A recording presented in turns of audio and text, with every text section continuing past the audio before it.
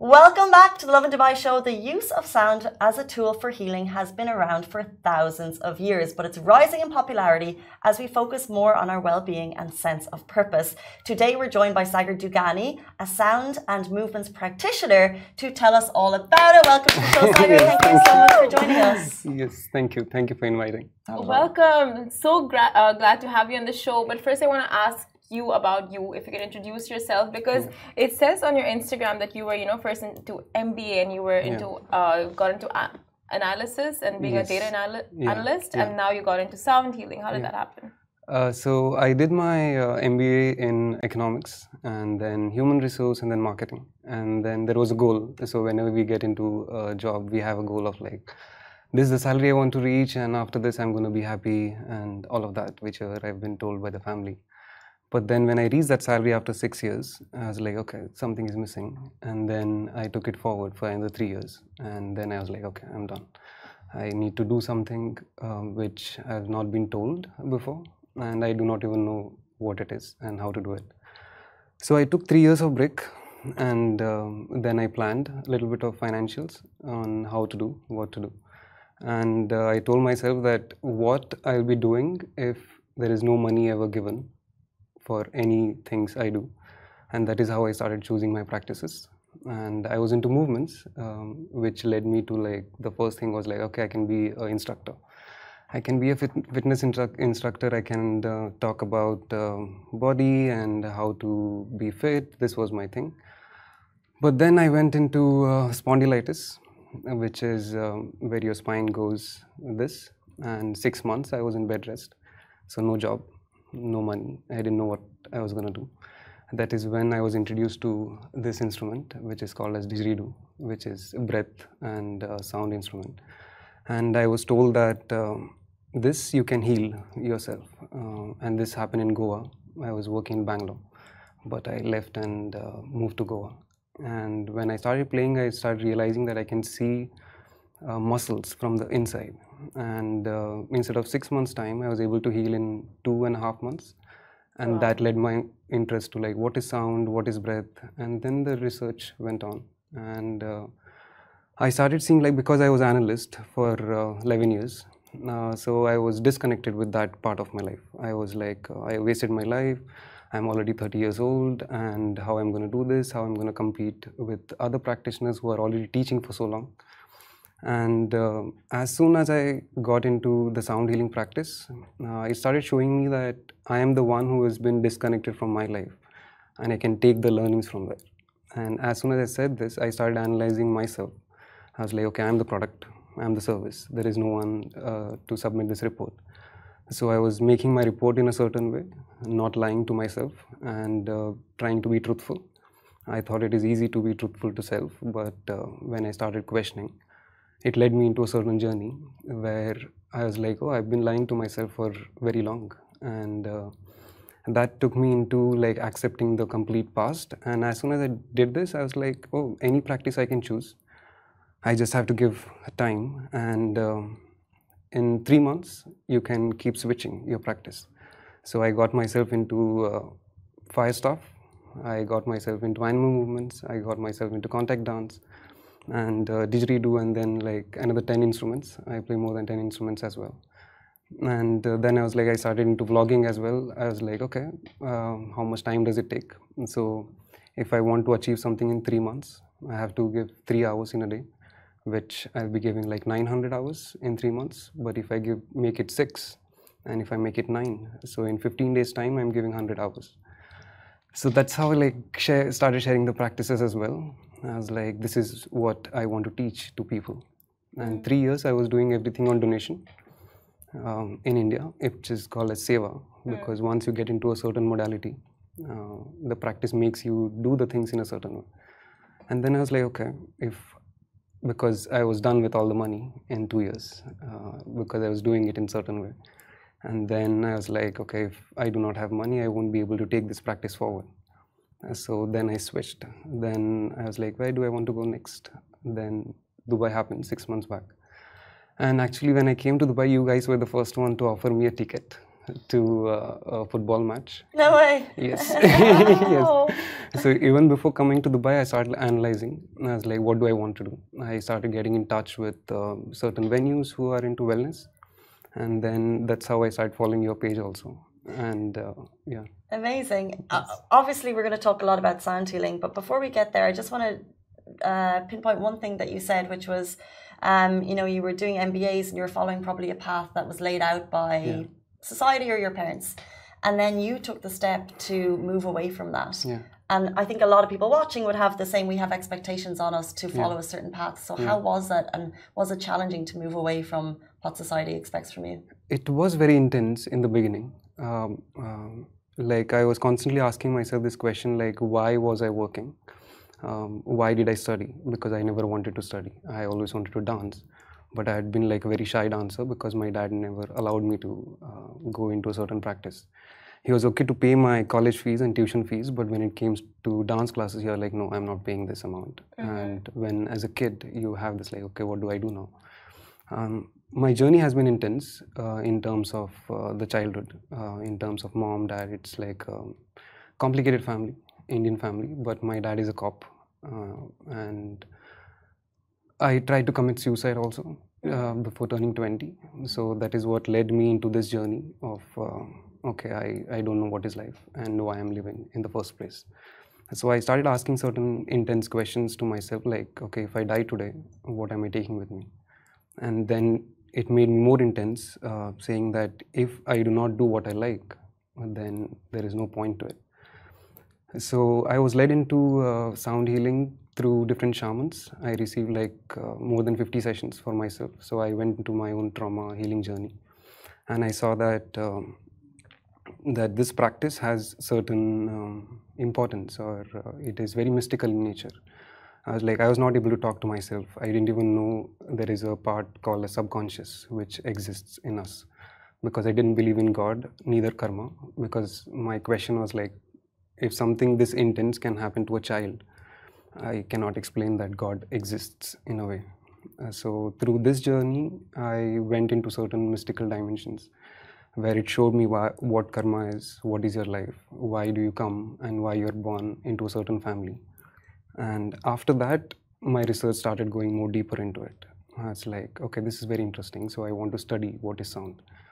So then I got into like, okay, what is physical, what is non-physical, what is mystical dimension. So everything was tough, but how do you say it? It's like perspective. So until and unless you start doing it, it is a step-by-step process. So I was like constantly analyzing. I was like, why I was doing and how much time did it take me to do what I was doing.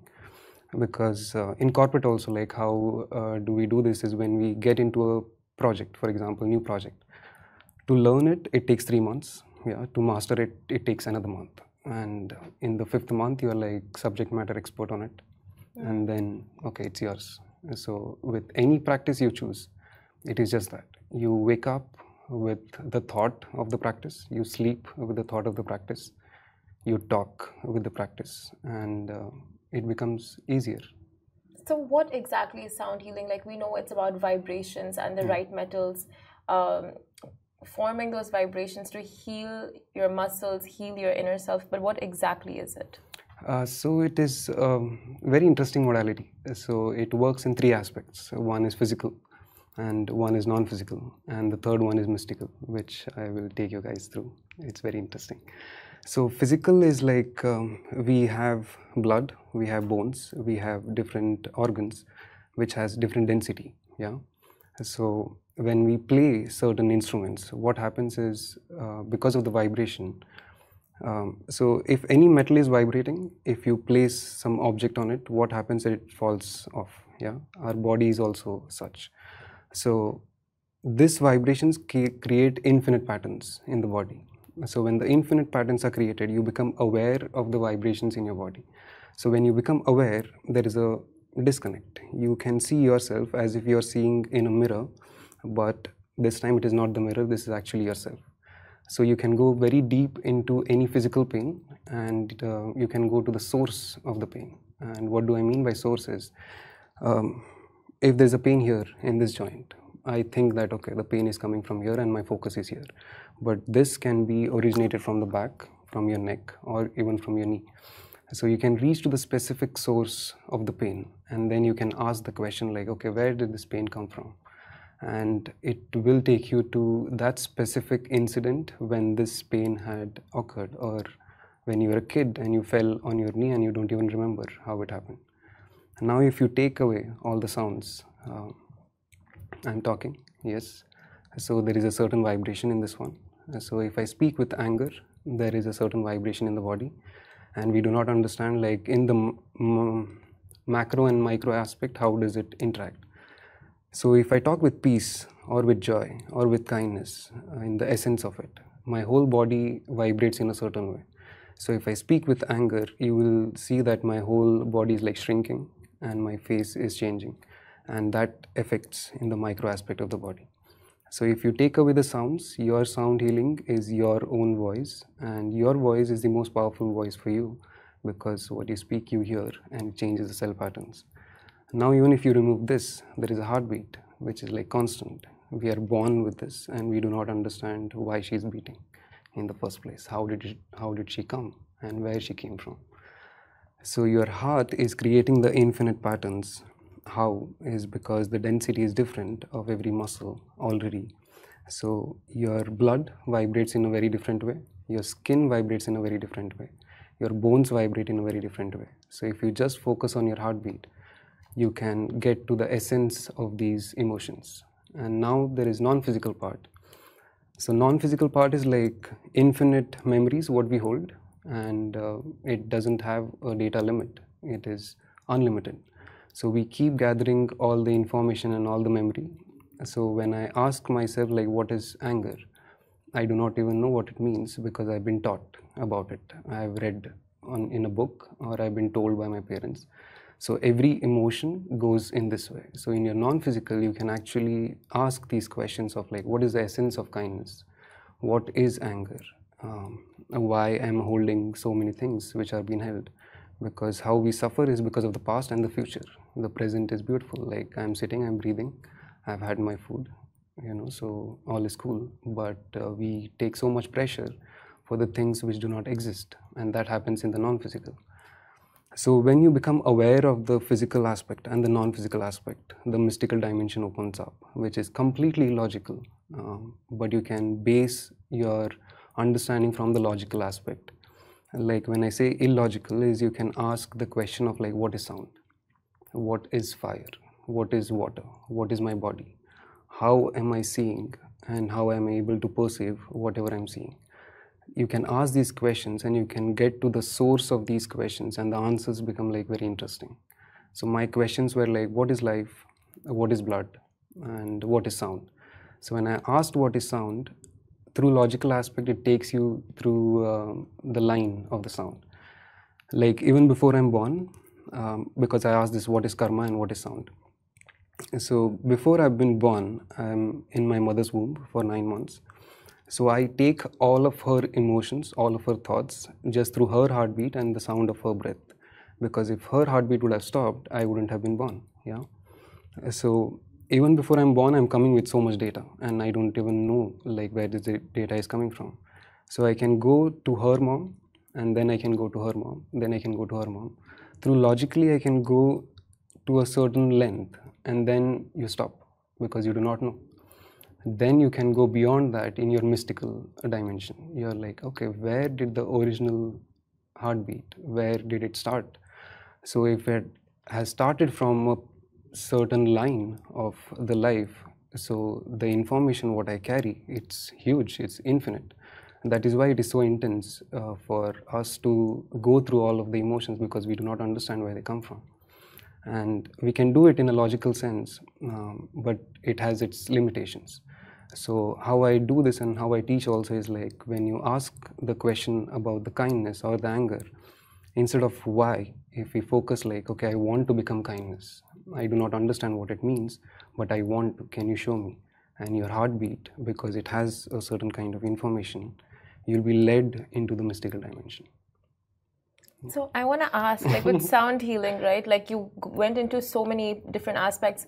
If you're saying that it can, like tap into the subconscious, in a way, can it also cure insomnia, Alzheimer's, physical pain, mental pain? Is there a way for sound healing to do all of that? I worked with pretty interesting people, because in India I did sound healing session to more than 3,000 people. And I've been in Dubai since 5 months. I've been working with a place called Estoda, a theatre of digital art. So they have like 60 people in every session. So I've worked more than 1,500 people in Dubai already. So through this I've worked with people with anxiety, with depression, and the people who have problems with sleeping. So to understand this, we have to understand like what is anxiety, and this changes from person to person. Like for me, if a coffee mug is there and if it is not here, it can cause anxiety. But for the other person, his life can cause a very different kind of anxiety, right? So it makes you reach to the source of that creation of why did this anxiety start in the first place, where it came from. Because the vibrations become so intense, and why the facilitator is also important in this journey is because we are the instrument which has these emotions and thoughts which are interacting with the instruments which do not have anything. They have the vibrations already. So when I hold the singing ball, and if there is a robot hitting it, so just the singing ball's vibration will go. But when I'm holding the stick, so there is a heartbeat, there is full vibration in my body, I'm hitting. If I hit with anger, the anger is mixing with this vibration, and that is what is being sent. So when I work with these people, what are the three emotions I send is like kindness, clarity, and strength. And through the essence of kindness, clarity, and strength.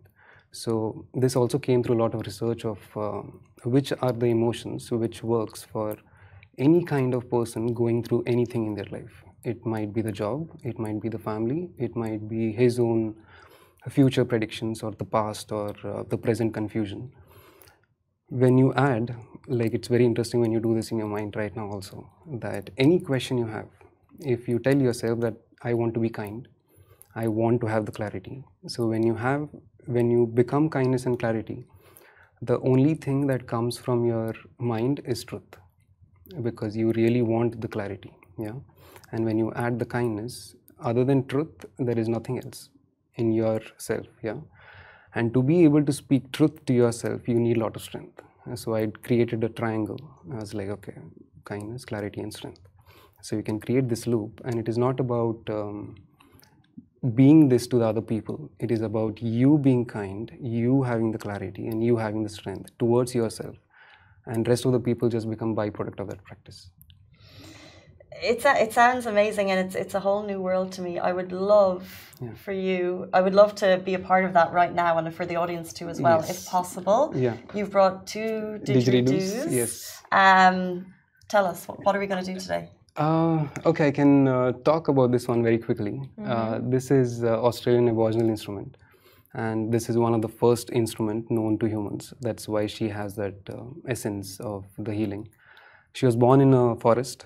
So the first how she was born is she was born out of fire. So there was fire in the jungle, and people were blowing the fire to make it larger, but the fire became larger and the skin started burning. So they took a bamboo and they just started like blowing through the bamboo, and there was a first sound. So this was the first sound a human heard other than his voice, and then they went into the mystical dimension of the reality. So in just 2 to 3 minutes, you'll be able to feel like, what is this instrument? Okay. Yes. So we're going to do some sound healing with Sagar Dugani on the show. Yes, you can close your eyes. Okay. Okay. Zoom in on Sagar. Take a deep breath in. Let's make sure Instagram can see you. Hello, people. Close eyes? Okay. Yeah, keep your eyes closed. Take a deep breath in through your nose. And out.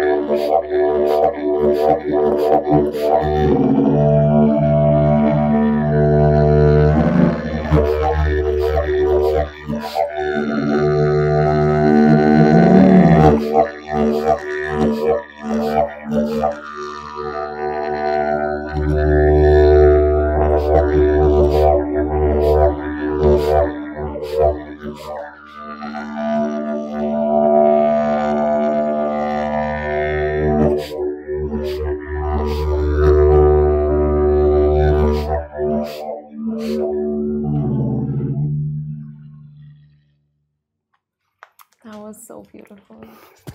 I want it to end. Yes, I keep doing the sessions regularly at my house.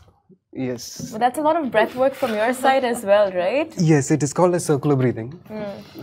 So the first time I played this instrument was for 8 hours straight, because I've been very adamant in my non-physical and with my practices. So when I get into something, unless and until I learn and master it to an extent where I can talk about it and I can take it forward to the other people, I do not stop. So that's how I go. So from my understanding from this interview, and thank you for the information, is that sound healing, you can send, for example, kindness, clarity and strength through the instruments to how, so we don't have to have the full understanding of the knowledge, what you shared on the show today, which is obviously a lot deeper, but we can go and still reap the benefits from the instruments that you're playing. That's amazing. Yes. And that was a beautiful session. Like, I feel like this sound is just going to stay with me the whole day. But we want to play a quick game with you, if you don't mind. Yeah. Yeah? Yes. So we'll just go into like sound healing fads and what people, you know, think of it. So basically, we're going to give you some scenarios. Okay. If it's like, you know, if you don't think it's correct, if you don't think that's true, inaccurate, you press the buzzer. Yeah. Okay. We're just going to ruin the beautiful sound we just had with this awful, awful noise. That is our buzzer. This is cute. Oh no, I've got a lovely space. Okay, go. Okay, so we'll start with the first one. Sound healing is just a new age, let's say it's a new age Trend? trend, yeah. Yes. Can I talk about it? Yeah, of course. Yes. Sound is a source of creation as we speak, because in the scientific way also, if you go, they say that it was created out of a big bang, the whole world, the cosmos, yeah. And yeah, through the logical aspect, when you go, your logic takes you through a little bit forward. The source of my being, if I remove the complete universe and just focus on this one, because in the yogic culture we say that the whole universe is here, so you need not study anything which is outside, you just study yourself. What I mean by this is, like, if I ask how is my heart functioning, why is my lung functioning, yes, so every essence in the body has the sound. So it is if I just ask this, like, okay, my heart is here, so I want to know how you're beating. So it comes from that kind of ancient life that since the time we have been born, it exists. And it only ends when we die, in the physical essence. But in the scientific essence also, if you go, that energy cannot be created, neither it can be destroyed. So it just transforms its form. So if we ask this question like, okay, we are energy beings, so what happens after the body? Because body is just 60 to 80 years, but energy exists. So the question becomes open. of like, okay, how long I've been existing? Is this my first life? Is this going to be my last life? Yeah. Yes. Okay, we have time for two more. Yeah. Sound healing can actually affect the cells and physiology of the body. Oh yeah, this is true.